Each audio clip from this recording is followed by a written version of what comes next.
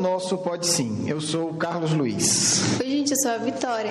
Oi, gente, eu sou a Priscila, tudo bem? Hoje nós vamos falar sobre mediunidade. Mediunidade na infância. É uma história narrada por Allan Kardec na Revista Espírita de 1865, outubro de 1865. Antes da gente ler um pouco aqui a história do Gabriel Delany, vamos perguntar: Vitória, você quando criança participou de alguma reunião mediúnica? Não, criança mesmo, não fui participar lá pelos 13 anos. 13 anos. Priscila, com quantos anos foi sua primeira reunião mediúnica? Bem, faz basicamente um ano. Um ano, então você vai ter que dizer a sua idade, né? Agora vai ter que dizer a idade, eu não queria tocar nesse assunto. Tá bom, eu digo. Qual é a sua idade? Eu tenho 27 anos. Então, com 26 anos, sua primeira reunião mediúnica. A minha primeira reunião mediúnica foi com... Eu tinha 19, 20 anos de idade. Já. Faz quantos anos? Já faz alguns anos. Poucas décadas. Pouquíssimas décadas. Muito menos de um século. Você vê otimista. Você vê otimista, vamos ver assim, coisa pouca. Bem, então nós não tivemos aqui a felicidade que teve Gabriel Delany. Gabriel Delany foi um dos continuadores de Kardec. Hoje a gente vai contar uma história que aconteceu com ele quando ele era criança. A pergunta é a seguinte: criança pode ver fenômeno mediúnico? O que é que vocês acham? Não só pode, como já vê e é muito normal. Vê naturalmente, né? Imaginário, anjinho, esse tipo de coisa. Um parente que faleceu há pouco tempo. Até porque tem criança que tem mediunidade, então não é que pode ou não pode. Ela já tem esse dom e ela vai ver de todo jeito. Podendo ou não pode. Ela não escolhe muito assim, né? Independente da nossa opinião, nós não vamos mudar a lei de Deus, né? É bom registrar isso, viu? Nós não vamos mudar. Independente do que a gente diga, as crianças vão continuar vendo os seus amigos espirituais, seus anjos da guarda, um parente, etc. Como vocês falaram. Agora, há um fato mais interessante aqui. Porque nós não vamos narrar apenas uma criança que viu um fenômeno mediúnico, né? É uma experiência bem mais interessante. Eu vou resumir um pouco, né, a introdução do que Kardec faz, porque Kardec é amigo de Alexandre Delany, que é o pai do Gabriel Delany, né, um dos maiores autores espíritas de todos os tempos.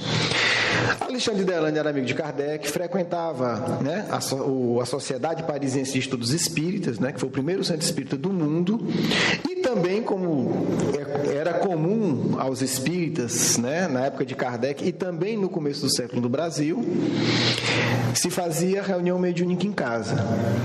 Nas reuniões mediúnicas da casa dele, o Gabriel Delany, criança, já participa. Então Kardec vai explicar isso para que a gente entenda o que é que esse menino vai fazer, certo? Nesta época ele tem 8 anos de idade. Nossa. Tá ele e ele estava lá no pátio da casa dele, ele brincando com a priminha dele que tinha 5 anos e 2 meninos, um de 4 e um de 7, né? Então tem um menino de 4, tem um de 5, tem outro de 7 e tem ele de 8. 4, 5, 7, 8. Aí é a idade do grupo, né, do grupo que a gente vai falar deles. Então eles estão lá brincando. E aí uma senhora que morava lá no térreo os convida e chama eles para dar doce para eles. Ela chama as crianças, oferece o doce. Uma velhinha bondosa, né? Hoje em dia a gente sente falta disso, né? A gente até desconfia, né? Hoje uma pessoa vinha oferecer doce, você já desconfia. Mas pelo que ele narra, era uma pessoa conhecida, era uma vizinha conhecida. E aí ela vê as crianças e chama os meninos para dar doce. Bem, fato é que ela chama, e como diz Kardec, né, as crianças, palavras de Kardec, como se pode imaginar, não fizeram de rogadas, quer dizer, não botaram banca, né? Meus filhos, venha comer doce, né?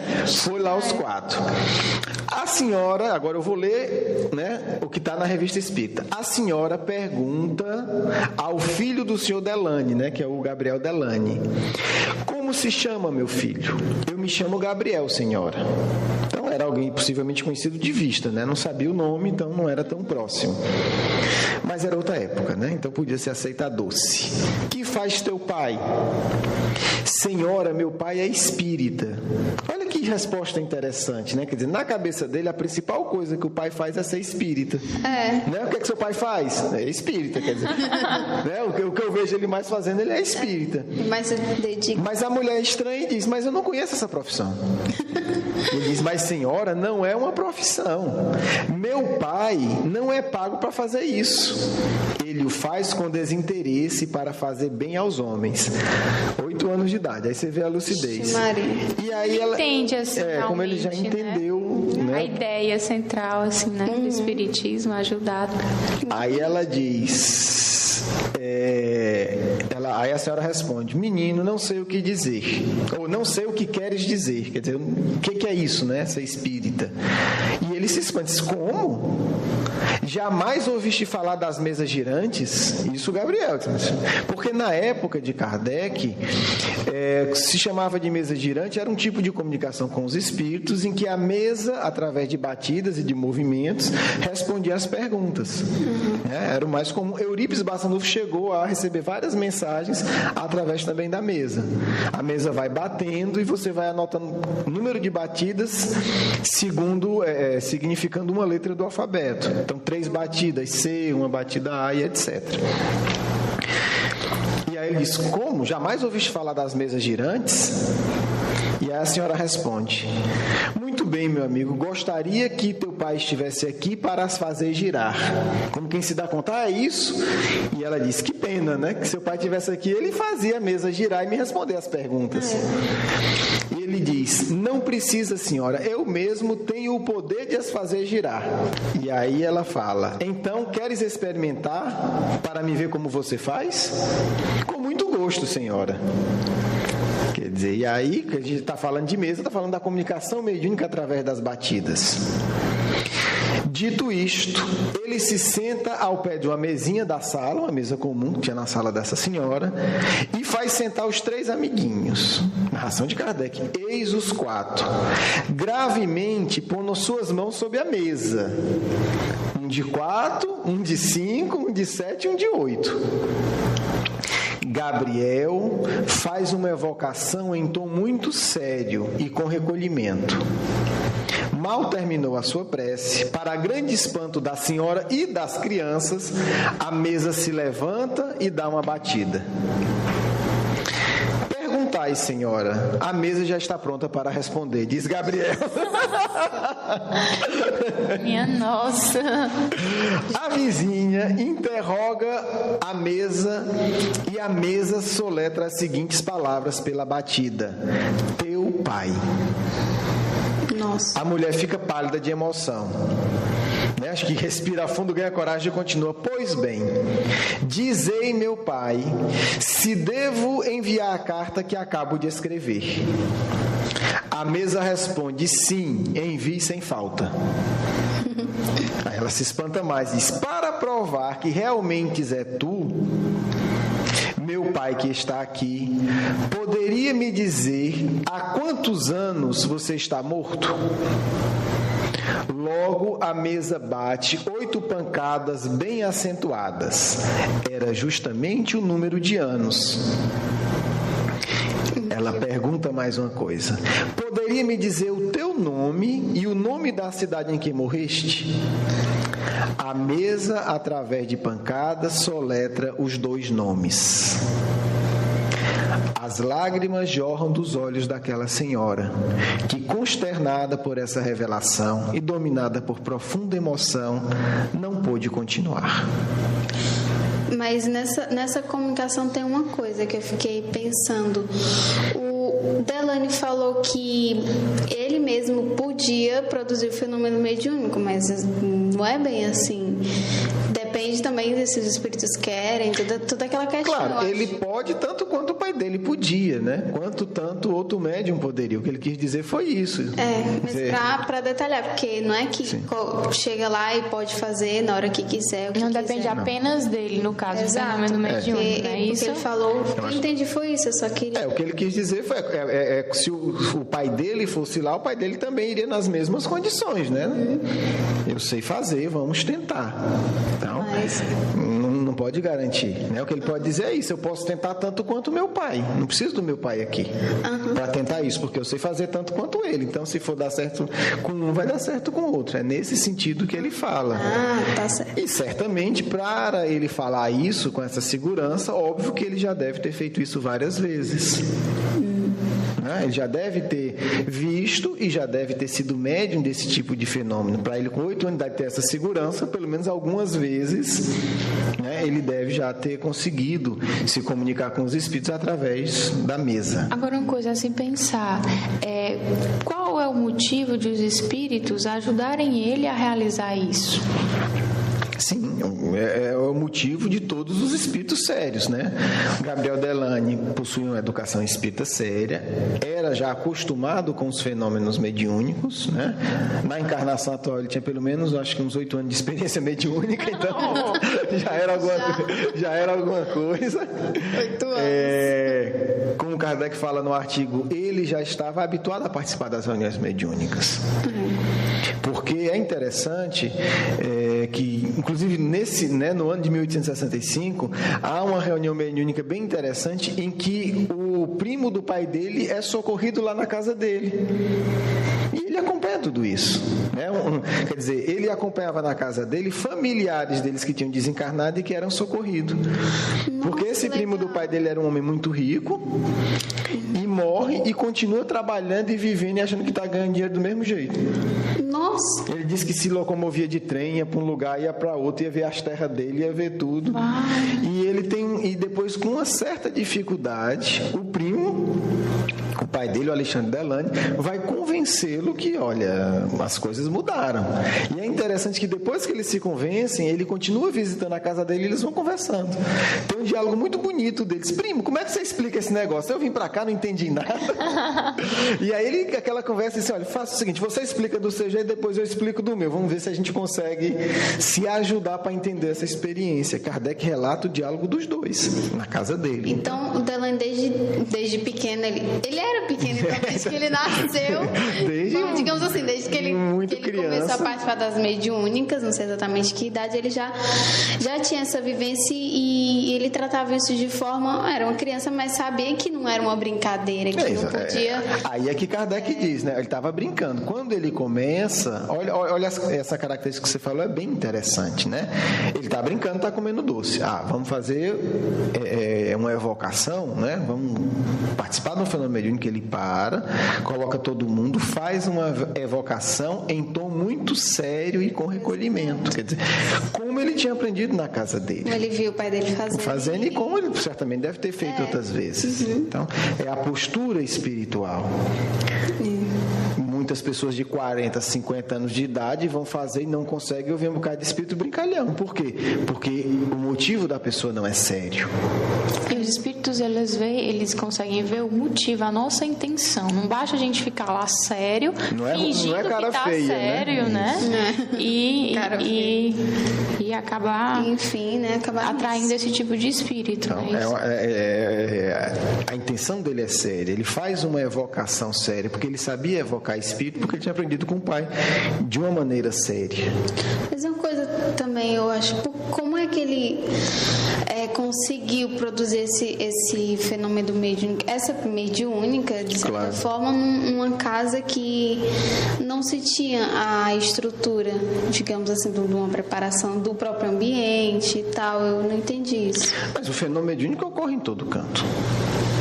Para alguns tipos de fenômenos, aí a gente pode pensar que é importante ter um lugar equilibrado. Né? Mas possivelmente era um lugar equilibrado, era uma senhora que morava só, uma pessoa generosa, porque estava oferecendo doce para as crianças, quer dizer, são coisas que a gente vai inferindo, né? Quer dizer, uma pessoa egoísta, uma pessoa que está só alimentando maus sentimentos, não vai estar se preocupando em fazer uma generosidade com crianças, por exemplo. Então a gente começa a ver que porque a grande questão é a estrutura moral. Então a gente vê uma pessoa pela conduta dela, uma conduta de bondade, né? Independente da idade, né? Ela é uma idosa com conduta boa que encontra um menino de conduta boa e que conhece espiritismo. Então não é de qualquer jeito. A gente vê que tanto ela pela conduta, né? A gente deduz que tem algum mérito, até porque o pai dela apareceu. Verdade. E ele por ser uma pessoa séria, né? Independente da idade. Então nós temos aí duas pessoas sérias. Uma que Kardec não fala a idade, mas né, possivelmente uma senhora idosa, e uma criança de 8 anos conduzindo, né? Com os médios de apoio de 4, de 5 e de 7, né? Eu não sei o que é que esses meninos contaram para a mãe dele depois que chegaram em casa. Kardec não entra nesse detalhe, mas não sei, né? Se ficaram com medo, se gostaram, não é... mas o fato é que foram conduzidos com muita segurança pelo Gabriel Delany. Sim. Então, existe a seriedade, porque aí é que a gente vai entender, a seriedade não é externa, seriedade não é idade, né? Seriedade não é cara feia. Tanto é que a prova disso é que o Gabriel Delany foi um dos grandes continuadores de Kardec, um dos grandes pesquisadores espíritas de todos os tempos. Então, isso é que atrai o amparo espiritual. Não é porque ele tem 8 anos que ele não tem amparo espiritual bom, né? Não é porque ele tem 8 anos que ele não sabe de nada. Kardec conclui dizendo o seguinte...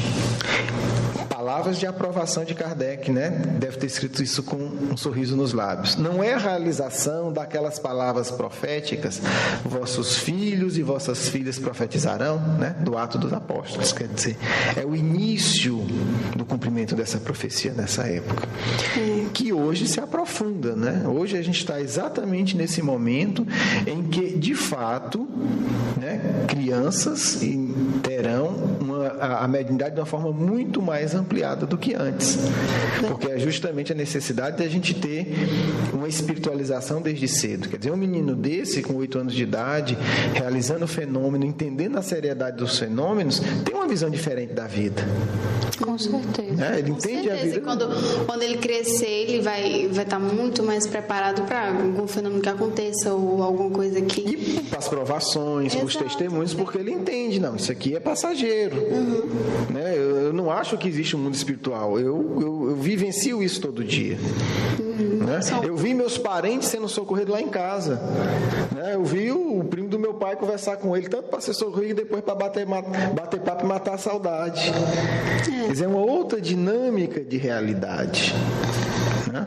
É uma outra realidade, que é a proposta de Kardec e do Cristo para todos nós. Bem, eu me despeço. Desejo a vocês uma ótima semana. Vamos agora para a nossa parte final. Um grande abraço para vocês. Tchau, gente. Fique com Deus. Tchau, gente. Uma boa semana para todos. Muita paz.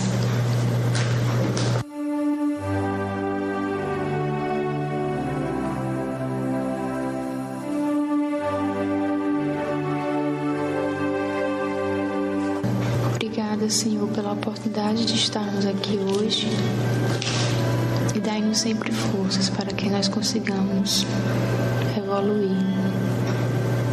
Muito obrigada, assim seja. Assim seja.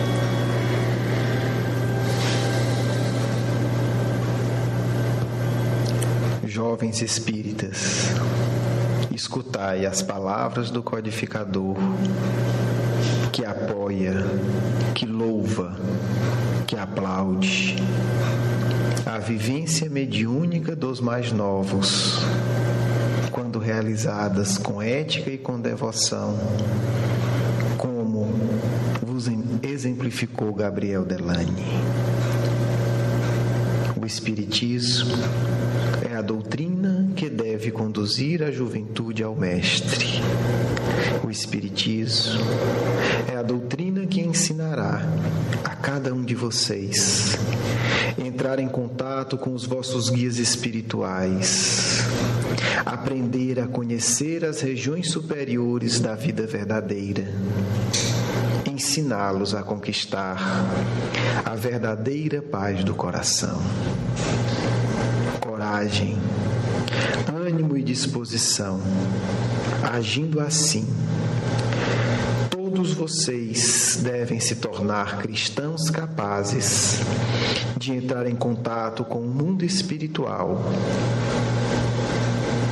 e, a partir dessas experiências, não apenas conhecer, mas saber da grandeza da criação do nosso Pai, do amor que os anjos guardiões possuem por cada um de vocês, da ternura de Jesus ante o sofrimento dos homens.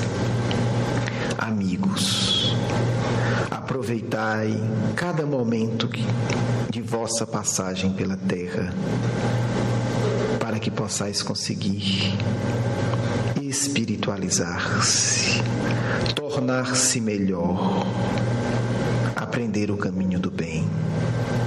Para isso, a mediunidade vos será concedida, para que não vos enganeis jamais, que a vida da matéria é a prova necessária e a felicidade real só existe nos corações que souberam viver testemunhando o amor e a renúncia. Avante, jovens amigos, que a timidez seja esquecida, que o medo seja superado, para que um dia, aprendendo a conversar conosco, aprendais a amar a todos, encarnados e desencarnados, pois é assim que o Mestre construirá na Terra um mundo feliz, quando todos compreenderem que são irmãos e que, por isso, todos devem se ajudar no mundo da matéria densa ou no mundo da matéria sutil, inspirados pelo amor do Cristo. Muita paz.